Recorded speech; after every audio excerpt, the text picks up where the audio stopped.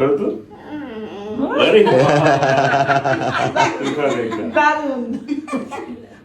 এখন বুঝে এখন বেশি খাই নাই ওকে আরেকটা কেক কাটবো চলো খুদ হবে happy birthday to happy birthday dear রাজি হ্যাপি বার্থডে টু রিজি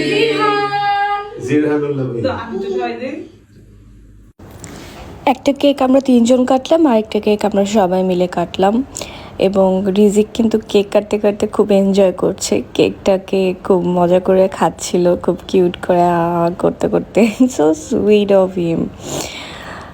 এই last but not the least আমাদের পরিবারের অবিচ্ছেদ্য অংশ আমাদের যারা আমাদের সাথে আছে তাদের সবাইকে নিয়ে আমরা কেকটা কাটলাম তারা সবাই খুব খুশি হয়েছে কারণ তারা সবাই রিজিকের অনেক টেক কেয়ার করে আমি যখন থাকি না থাকি সবসময় রিজিককে অনেক ভালোবাসে আদর করে সেজন্য তাদেরকে নিয়েও আমরা একটা কেক কাটলাম